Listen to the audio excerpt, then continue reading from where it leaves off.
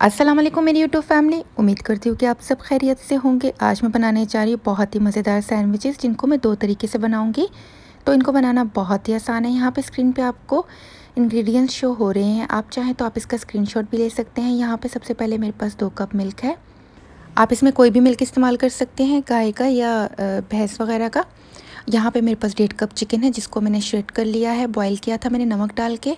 यहाँ पे 1.5 टीस्पून मेरे पास काली मिर्च है, 1.5 टीस्पून ही मेरे पास यहाँ पे गार्लिक पाउडर है, 2 टेबलस्पून मेरे पास मेयोनीज़ है, 50 ग्राम मेरे पास यहाँ पे चेडर चीज़ है, इसको मैंने इस तरह से काट लिया है। और ये 50 ग्राम है मेरे पास। यहाँ पे मेरे पास 2 टेबलस्पून घी है, 2 अदद अंडे यूज़ होंगे इसके लिए। हाफ़ टी स्पून यहाँ पे चिकन पाउडर है, 1 चुटकी अजीनोमोटो है, और यहाँ पे हाफ़ टी स्पून ही मेरे पास नमक है। यहाँ पे मेरे पास जो है वो 2 टेबलस्पून मैदा है।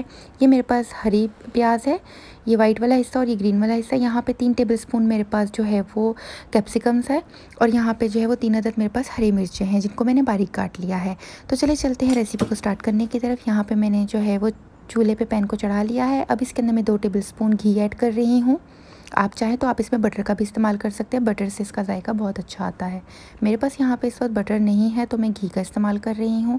ऑयल में मत बनाइएगा, घी या बटर में ही बनाइएगा। यहाँ पे जो है वो 1.5 टीस्पून मेरे पास जो है वो garlic powder, 1.5 teaspoon black pepper है। इन दोनों को जो है वो हल्के से सोते करने के फ़ौरन बाद ही हम इसमें 2 टेबलस्पून मैदा ऐड कर लेंगे। और जो है वो हमने मैदे को इतना पकाना है, जलाना नहीं है। जस्ट जो है वो इसमें से अच्छी सी खुशबू आने लगे और जो है वो सारा का सारा जो घी है वो ऊपर नज़र आने लग जाए, इतनी देर तक हमने इसे थोड़ा सा भून लेना है। तो ख़्याल रहे कि आप मुसलसल चम्मच चलाती रहें ताकि ये जो है वो जले ना। तो यहाँ पे देखिए इसने सारा जो है वो घी छोड़ दिया है। और अब जो है वो हम इसमें थोड़ा थोड़ा करके मिल्क को ऐड कर लेंगे। उससे पहले जो है मैं इसमें ऐड कर लेती हूँ चिकन पाउडर, जो कि हाफ़ टी स्पून है, नमक 1 टीस्पून है, और इसी के बराबर में 1 चुटकी मेरे पास अजीनोमोटो यानी चाइनीज़ नमक है। तो इन सब चीज़ों को भी मैं ऐड कर लूँगी। और जो है वो बस थोड़ी देर के लिए इसमें चम्मच चलाऊँगी, तकरीबन 1 मिनट तक। और जो है वो अब इसके अंदर मैं यहाँ पे थोड़ा थोड़ा करके इसके अंदर दूध ऐड कर लूँगी।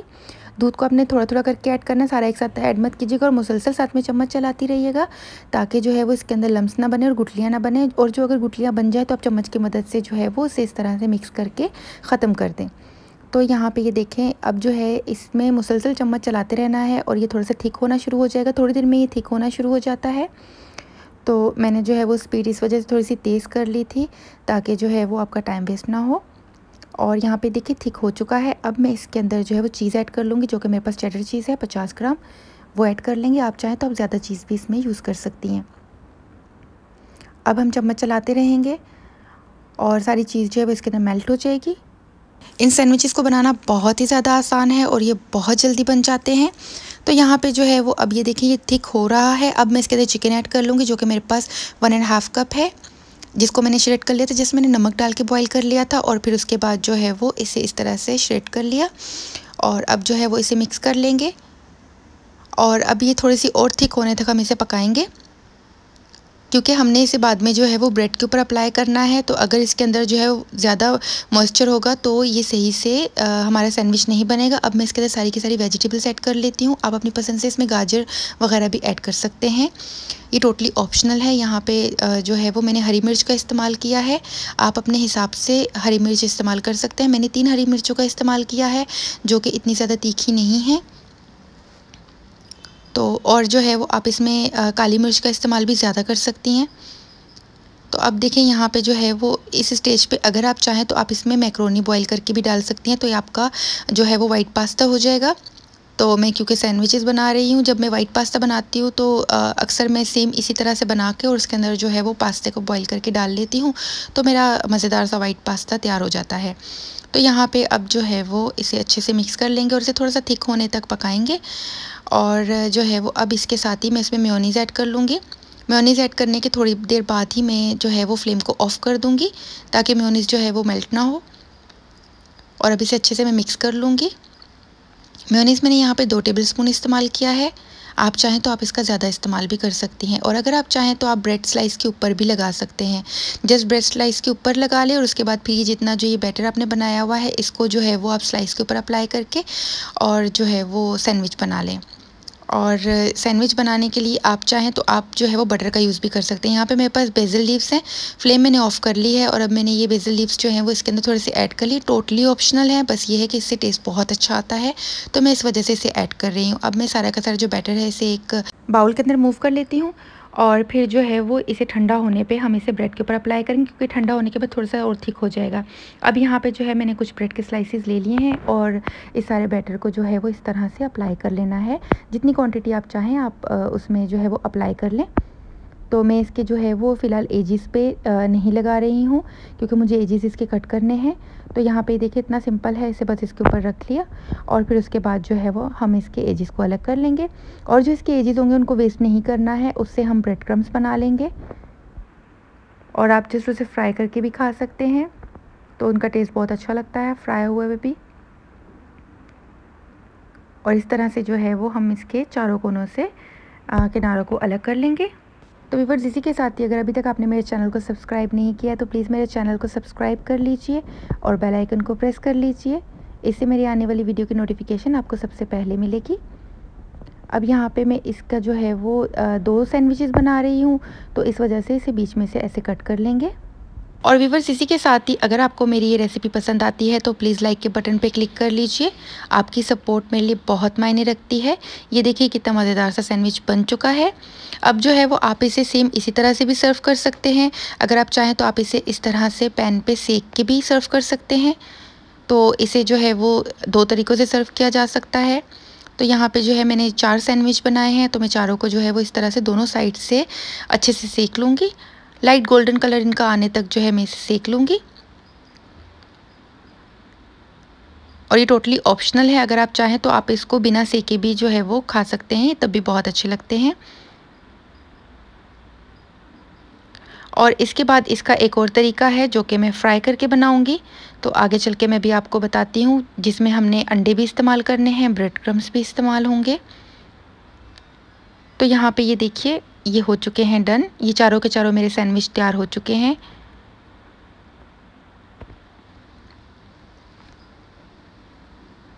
ये देखें।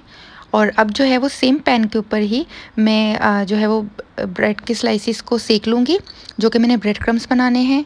तो ब्रेड क्रम्स इस तरह से जो है वो ज़्यादा अच्छे बनते हैं, ज़्यादा क्रंची बनते हैं। तो यहाँ पे जो है मैं इन सारी ब्रेड स्लाइसिस को जो है वो एक बार सेक के, क्योंकि ब्रेड बिल्कुल जो है वो ताज़ी है, तो इसके ब्रेड क्रम्स जो हैं वो थोड़े से नरम बनते हैं, तो इस वजह से इस तरह से करने से जो है वो थोड़े से क्रंची बनेंगे। और फिर लास्ट में मैं अगेन जो है वो एक बार उनको सोते कर लूँगी, यानी हल्का सा जो है वो तो हल्का सा उनको सोते करने के बाद जो है वो और ज़्यादा क्रंची हो जाएंगे। तो मैं भी आपको बताती हूँ कि मैंने किस तरह से करना है। तो यहाँ पे ये सारे के सारे जो है वो अब ये हो चुके हैं और जो है वो अब मैं यहाँ पे जो है वो ये दूसरा बैच भी जो मेरा है मैं उसे भी इसके अंदर डाल देती हूँ और इनको सोते कर लेंगे, हम रोस्ट कर लेंगे, रोस्ट करने के बाद जो है वो ये हमारे ब्रेड क्रम्स जो है वो रेडी हो चुके हैं। ये आप देख सकते हैं कितने ज़बरदस्त से लग रहे हैं। तो ये जितने ज़्यादा क्रंची होंगे आपके सैंडविच भी उतने क्रंची और उतने ही क्रिस्पी बनेंगे। अब ये हो चुका है डन और जो है मैं फ्लेम को कर देती हूँ ऑफ़ और चलते हैं अब जो है वो सैंडविच बनाने की तरफ। यहाँ पे 2 अदद अंडे मैंने लिए हैं और अंडों को मैं अच्छे से बीट कर रही हूँ ताकि इनके अंदर कोई लम्स ना रहे।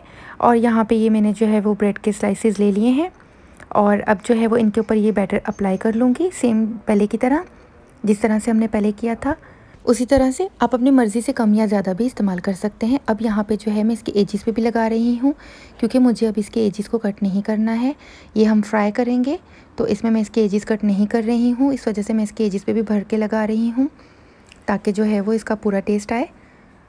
और यहाँ पे जो है वो अब ये डन हो चुका है। तो अब हम कर देते हैं इसको मिडिल से कट, क्योंकि इसके एजिस हमने नहीं कट करने हैं।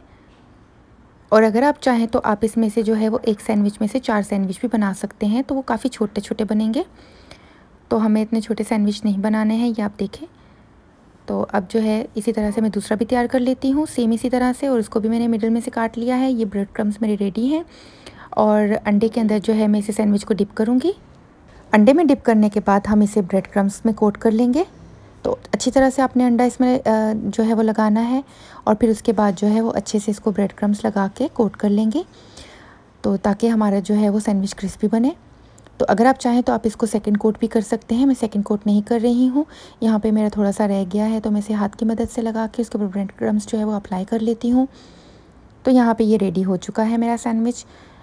और अगर आप चाहें तो आप इसे फ्रीज़ करके भी रख सकते हैं। तकरीबन ये 1 महीने तक आप इसे फ्रीज़ करके रख सकते हैं और एयर टाइट बैग के अंदर आप डाल के फ्रीज़र में रख दें और 1 महीने तक आप इसे फ्राई करके खा सकते हैं। और जो है वो यहाँ पे ये दूसरा भी अब रेडी हो चुका है। मैं इसे अभी ही फ्राई कर रही हूँ। मैंने रमज़ान में इन्हें फ्राई करके रखा था, तभी मैं आपको बता रही हूँ कि आप इसे फ्राई करके रख सकते हैं, बट मैंने 1-1.5 वीक के बाद ही उसे इस्तेमाल कर लिया था। तो यहाँ पे ये देखें, इसी तरह से मेरे चारों के चारों सैंडविच डन हो चुके हैं। अब यहाँ पे मैंने चूल्हे पे पैन चढ़ा लिया है और उसके अंदर मैंने ऑयल डाल लिया है। मैं चेक कर रही हूँ कि ऑयल ज़्यादा गर्म ना हो, बस मीडियम गर्म होना चाहिए। और यहाँ पे जो है वो, क्योंकि ये एकदम से जल जाएंगे तो आपने मीडियम फ्लेम के ऊपर ही रखना है। इन पूरों को जो है आपने फ्राई करना है मीडियम फ्लेम के ऊपर ही। और यहाँ पे जो है मैं 3 अभी इसके अंदर डाल के फ्राई कर रही हूँ। आप चाहें तो आप इसे डीप फ्राई भी कर सकते हैं। मैंने बस इतना ही ऑयल डाला है कि अच्छे से फ्राई हो जाए ताकि इसके एजेस भी अच्छे से पक जाएं।